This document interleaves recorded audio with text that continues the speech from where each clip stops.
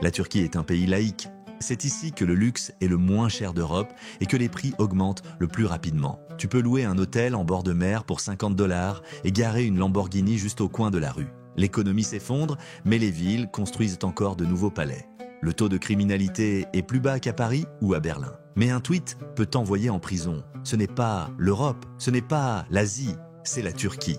Ici, un homme peut avoir jusqu'à 4 épouses, et c'est parfaitement légal selon la charia. Ici, il est encore interdit aux femmes de s'asseoir à la même table que les hommes. Abonne-toi à Histoire sans filtre. Et tu découvriras comment des coutumes anciennes survivent dans un pays qui rêve de rejoindre l'Union européenne. Et maintenant, on commence. À la frontière de l'Europe et de l'Asie, entre 4 mers, la mer Noire, la mer Méditerranée, la mer Égée et la mer de Marmara, s'étend un pays qui, pendant des siècles, a été un carrefour de civilisation. C'est la Turquie. Pas seulement une destination touristique avec des plages et des hôtels en formule tout compris, mais un lieu où l'Orient et l'Occident se rencontrent réellement, dans la culture, les gens, l'architecture et le rythme de vie. Le nom Turquie vient du mot turc, qu'on peut traduire par Dieu fort ou appartenant aux Turcs. Ce nom a commencé à être utilisé officiellement au XIIIe siècle. L'État moderne appelé Türkiye Cumhuriyeti, la République de Turquie, a été fondé en 1923 et après l'effondrement de l'Empire ottoman grâce aux efforts de Mustafa Kemal Atatürk. Aujourd'hui, le pays compte plus de 85 millions d'habitants, ce qui en fait l'un des États les plus peuplés d'Europe et du Moyen-Orient. L'un des faits historiques les plus étonnants, c'est en Turquie qu'a été découvert Göbekli Tepe, le plus ancien complexe religieux connu sur Terre. Il est âgé d'environ 12 000 ans, ce qui le rend plus ancien que Stonehenge et les pyramides d'Égypte de plusieurs millénaires. Cette découverte a bouleversé la compréhension des scientifiques sur le développement des premières sociétés. De la grandeur de l'Empire ottoman où les sultans gouvernaient d'immenses territoires depuis de somptueux palais jusqu'aux coutumes populaires qui accompagnent la vie d'une femme turque de sa naissance jusqu'à son mariage, tout cela compose un tissu culturel riche et plein de contradictions. La Turquie surprend par sa diversité. Derrière les tentures du harem se cachait de non seulement la beauté, mais aussi un pouvoir politique que détenaient parfois les femmes. Avez-vous déjà entendu le mot harem? Et qu'avez-vous imaginé? De belles oisives dégustant paresseusement du loukoum. Le harem du sultan n'était pas simplement une collection de beauté venue des 4 coins du monde, mais un système complexe de pouvoir et d'influence, un véritable sultanat féminin entre les murs du palais de Topkapi à Istanbul. La figure principale de cette hiérarchie n'était pas une concubine, mais la valide sultan, la mère du sultan régnant. Son influence s'étendait bien au-delà du harem. Elle dirigeait la vie intérieure du palais, participait à la politique et tissait habilement des intrigues à travers son fils. La plupart des jeunes filles entraient dans le harem en tant que captives, concubines ou cadeaux offerts par d'autres souverains. On les appelait odalisques et elles recevaient une formation rigoureuse. Elles apprenaient la musique, la danse, la poésie, l'étiquette de cour et l'art de la séduction. Les plus talentueuses et les plus belles devenaient les Josdé, les favorites du sultan. Une seule nuit avec lui pouvait changer leur destin et la naissance d'un fils pouvait les élever au rang d'Iqbal puis de Kadine Effendi, épouse officielle. À l'intérieur du harem régnait une compétition féroce. Les femmes luttaient pour l'attention du sultan non seulement pour obtenir du pouvoir personnel, mais aussi pour assurer l'avenir de leurs enfants, car celui dont la mère était la plus influente avait plus de chances de devenir l'héritier du trône. Et sa mère, la nouvelle valide sultan. Ce monde fermé de luxe et d'intrigues était gardé par des eunuques, les seuls hommes, à part le sultan, autorisés à pénétrer dans le harem. L'histoire du harem ottoman est celle d'un pouvoir féminin caché, de politique, de beauté et de survie, dissimulé sous un raffinement oriental raffiné. En principe, tu peux observer presque la même chose aujourd'hui, car ici, un homme peut avoir jusqu'à 4 épouses, et c'est parfaitement légal selon la charia. Mais attention, ne te précipite pas à imaginer Istanbul comme une ville où la polygamie est officiellement autorisée. C'est l'un des sujets les plus complexes et controversés de la Turquie contemporaine. Lorsque Mustafa Kemal Atatürk a fondé la République de Turquie, il a choisi de bâtir un État laïque. En 1926, un code civil inspiré du modèle suisse a été adopté, interdisant formellement la polygamie. Selon la loi, un homme turc ne peut avoir qu'une seule épouse officielle. Point final. Alors, d'où viennent ces 4 épouses? C'est là que les choses deviennent vraiment intéressantes. Un affrontement entre la loi laïque et les traditions religieuses en Turquie. À côté du mariage civil enregistré par les autorités, il existe ce qu'on appelle le nikah de l'imam, imam nikao, une cérémonie religieuse menée par un imam. Ce mariage n'a aucune valeur juridique. La femme dans une telle union n'est absolument pas protégée par la loi, elle ne peut réclamer ni héritage ni bien en cas de séparation. Et pourtant, dans les milieux conservateurs, surtout dans les zones rurales de l'Anatolie, certains hommes aisés contractent un tel mariage religieux avec une deuxième, une troisième, voire une quatrième femme tout en ayant une épouse légale et officielle. Pour la société, cela peut être acceptable, mais pour l'État, ces femmes ne sont que des concubines. C'est une zone grise où les anciennes coutumes de la Turquie continuent d'exister parallèlement aux lois modernes.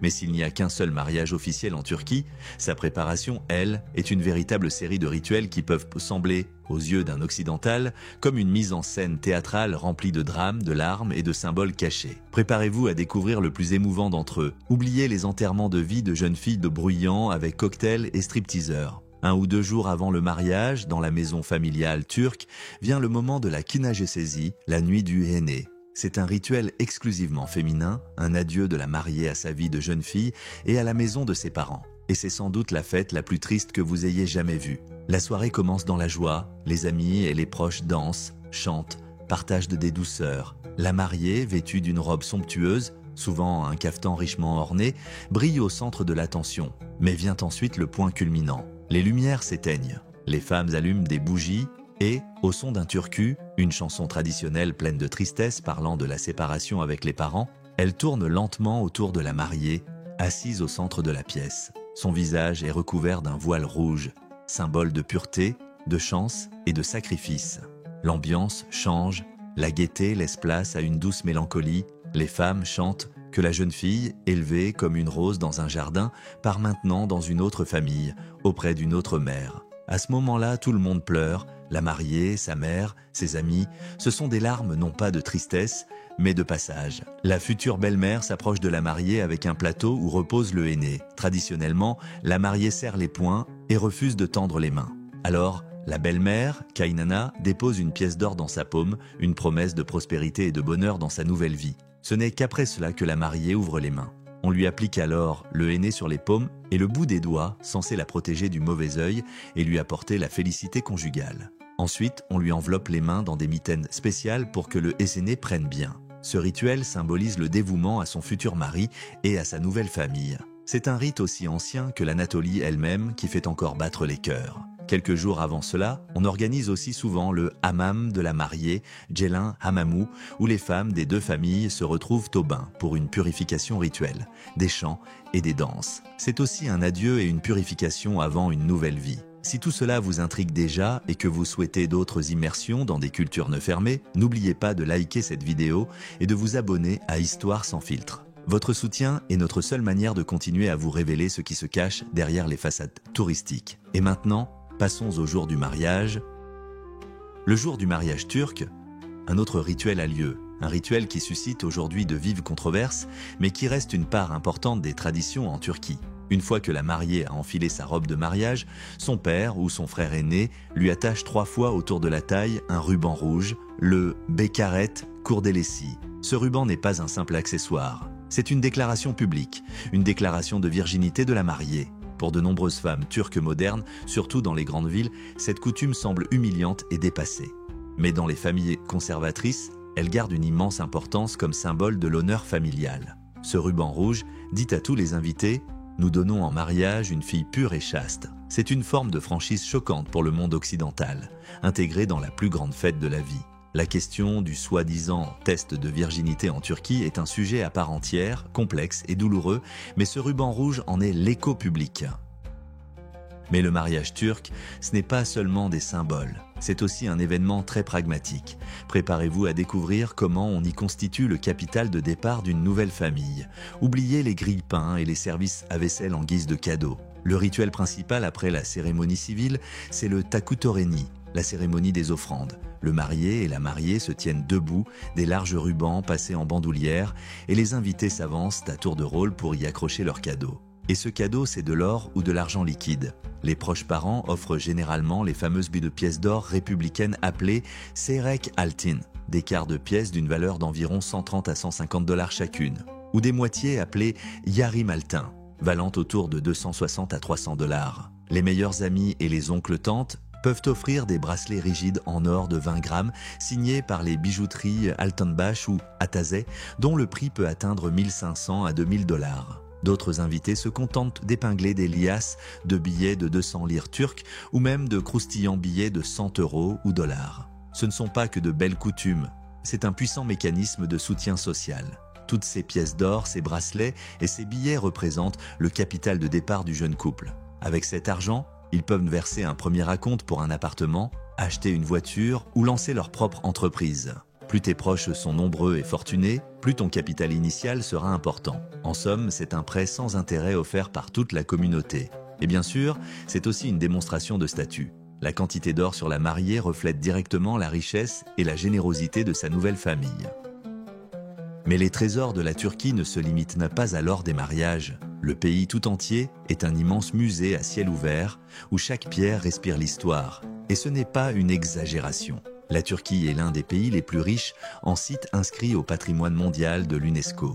Et beaucoup d'entre eux bouleverseront votre vision du monde. Oubliez un instant Istanbul avec sa Sainte Sophie et sa mosquée bleue, ce n'est que la vitrine. Regardez plus en profondeur. Partez vers le sud-est, à Göbekli Tepe, le plus ancien complexe religieux de la planète, plus vieux de 6000 ans que les pyramides d'Égypte et Stonehenge. C'est ici, selon les chercheurs, qu'est née la civilisation. Ou bien visiter les ruines de l'antique Éphèse, où se dressait autrefois l'une des 7 merveilles du monde, le temple d'Artémis, et où marchaient les apôtres Paul et Jean sur les rues de marbre. Envie de paysages extraterrestres? Bienvenue en Cappadoce, avec ses cheminées de fées, ses villes souterraines de 8 étages et ses anciennes églises creusées dans la roche volcanique. Et pourquoi ne pas découvrir l'émerveillement naturel de Pamukkale? Des terrasses de travertin d'un blanc éclatant, remplies d'eau thermale turquoise, forment un décor surnommé le Château de Coton. On y trouve aussi le légendaire bassin de Cléopâtre. Il ne s'agit pas seulement de ruines et de paysages époustouflants. Ce sont des strates de civilisation. Hittites, Phrygiens, Grecs, Romains, Byzantins, Ottomans, qui ont toutes laissé leur empreinte sur cette terre. Et maintenant, quittons la poussière des siècles pour rejoindre les côtes éblouissantes où la Turquie révèle une autre facette tout aussi fascinante de sa nature. Les plages turques, ce n'est pas seulement de l'eau turquoise et des formules « tout compris ».